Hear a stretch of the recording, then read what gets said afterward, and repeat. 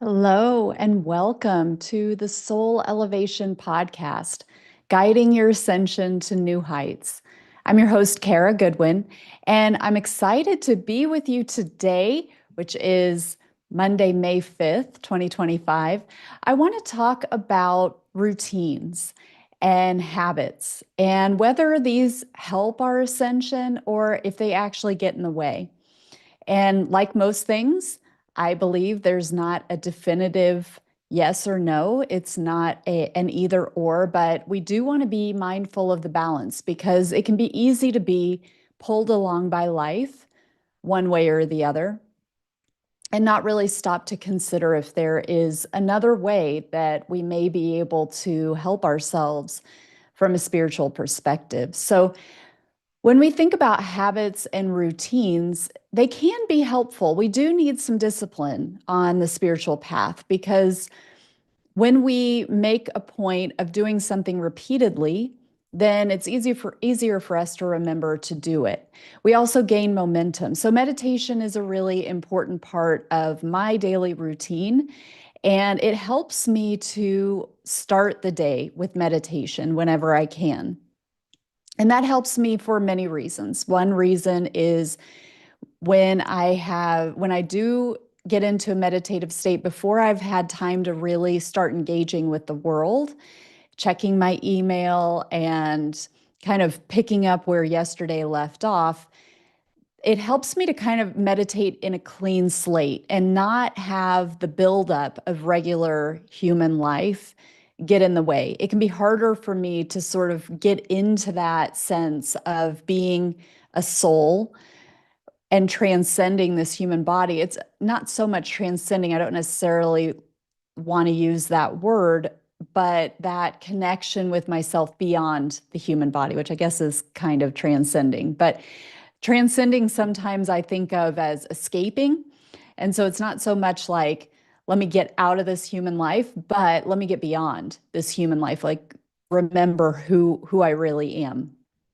But I find that, so one of the reasons that I like to meditate as early as I can in the morning or first thing in the morning is because I can get into that state easier when I have not piled on human stuff, my chores, my to-do lists, my worries, my whatever it might be that's not going to be helpful for a meditative state.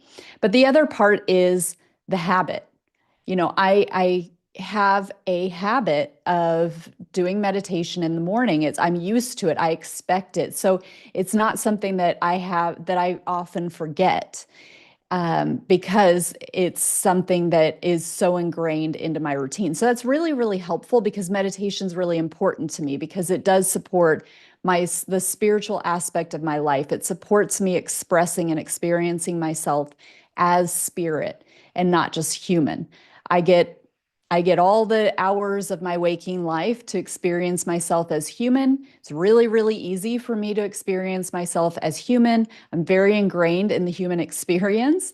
I don't live in a cave in the Himalayas, where it can be easier to, consider yourself as a spirit as you are walking through your day because your life is organized in such a way that it's easier to remember, perhaps. I don't have that experience, but I can imagine. But we want to, so we, and when we're in a habit, when we're in a routine, it can also be easier for us to get to some extent to be in a flow. So we can kind of be moving through our routine and just feeling like we're in this flow because we don't have to put a ton of thought into what am I forgetting to do? What's the next thing I need to do? We kind of can take that guesswork out and just sort of flow. The risk and the thing that we want to think about when it comes to all the benefits of having habit and routine is the stagnation. So when we are so entrenched in routine and we're so locked in to this is how I do my day, or this is how I do my morning, or this is how, I do always do this first and then I do this, is that we can get removed from our life. We can kind of be moving through our lives just like an Autobot, right? Like a robot, where we're we just are allowing ourselves to continuously, repetitively live the same day each day. And it becomes a little bit like Groundhog Day. And we can even do this in our spiritual practice. I know I've experienced this when I was very, like, it was early in my days of meditating, but I learned a specific method, and there was step one, step two, step three, and that was important for that time, again, to just get familiar with meditation, get a sense for it, kind of know what to expect, and to not have to think about it so hard. Um, that was very beneficial. But I did get to a point where it didn't really light my fire anymore because it was always the same. And it just got dry, honestly.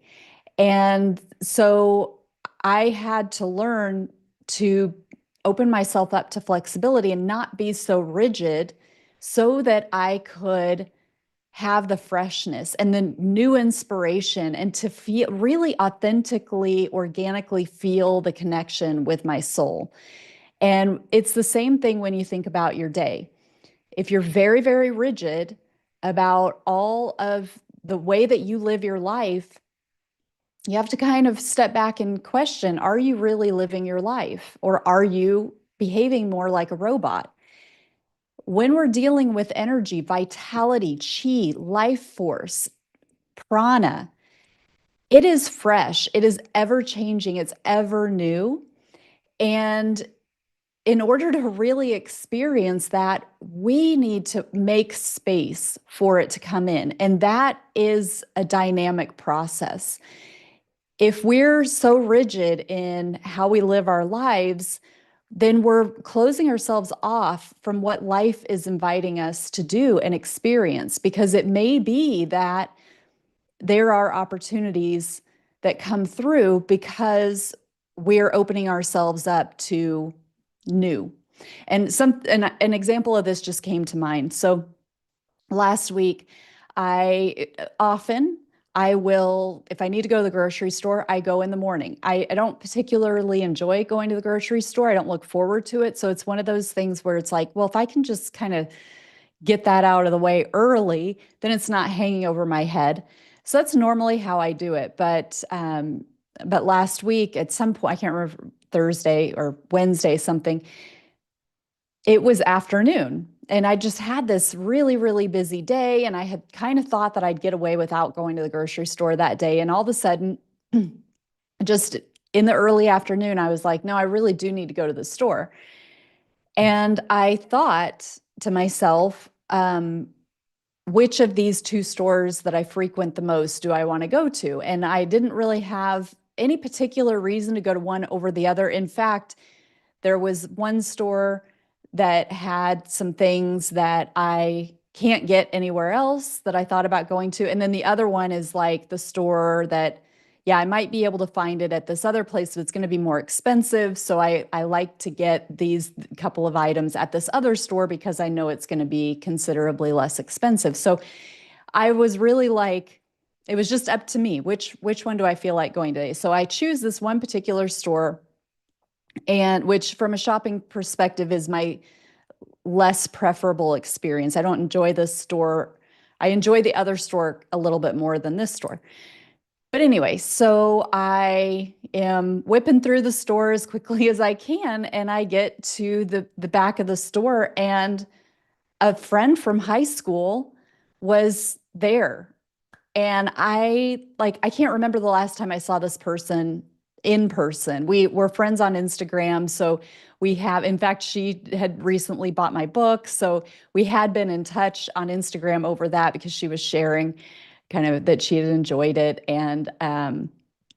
But I haven't seen this person. She doesn't live in my city. And so it was very, very strange to see her suddenly. And this is a big store. It's one of those big box stores. And so I could very easily be in that store. And I'm sure there have been times where I've been in that store and I have known people that are in that store and they're in another part of the store and I never see them because it's just this huge store. So, um, and I was like, oh my God. And so we just caught up for, a while in the supermarket. And I was like, oh my gosh. And she said, I can't remember the last time I came to the store. And also she's not from this city. She was in town for an appointment. And so she thought, well, I'll just quickly run in this store that she never goes to. And I said, oh, yeah, I mean, I come here, but I never come in the morning. I mean, I always come in the morning. And I didn't even think I was going to come today. And then I happened to come at an unusual time for me.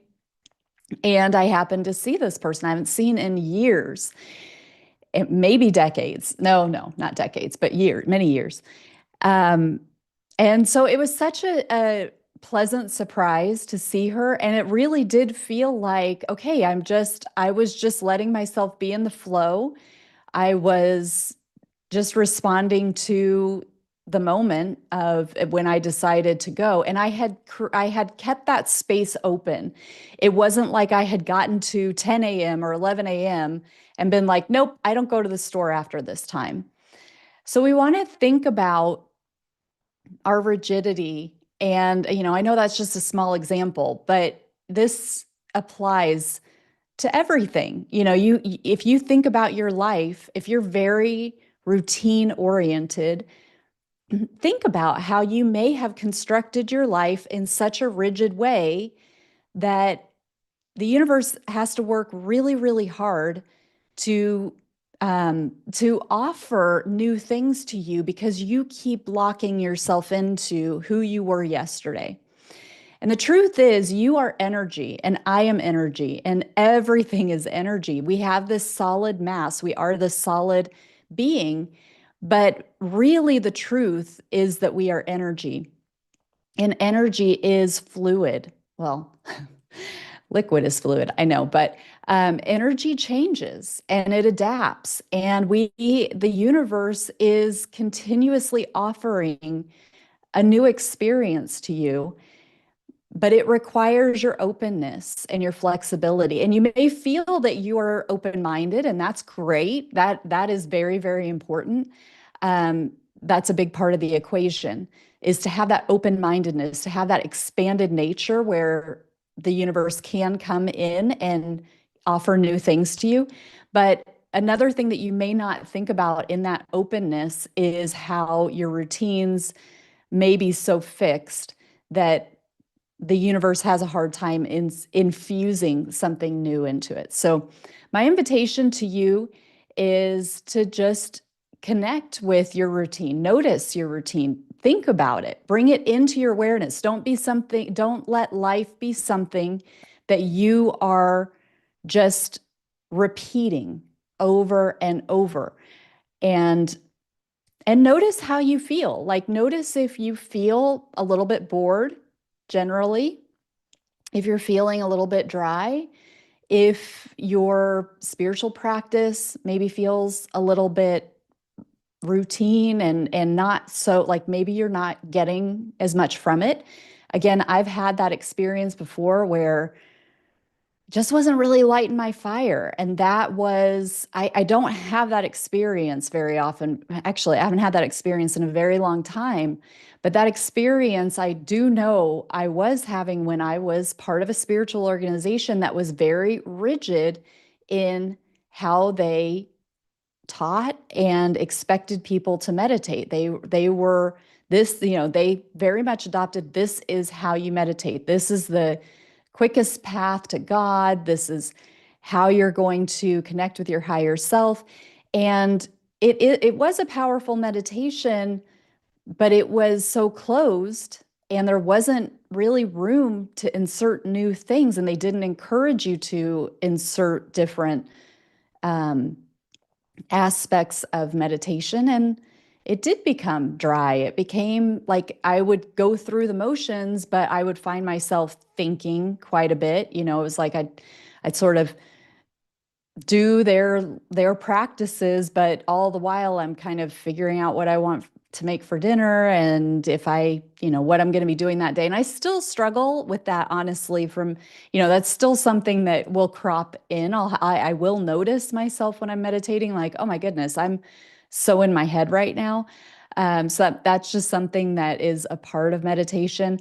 But if you're feeling like, you don't want to meditate or you don't want to do your spiritual practices because you don't really feel like you're getting much out of them, then I would really encourage you to take a look at if it's become so mechanical and you're really not feeling that heart connection because it's just become this thing of first I do this, then I do this, then I do this, and you kind of like you're just sort of over it, and maybe you haven't recognized or you're not being honest with yourself about that. And there's so many different kinds of ways to meditate, so many different practices that you can insert into your meditation that if you're willing to open yourself up and be flexible, there's a lot out there for you.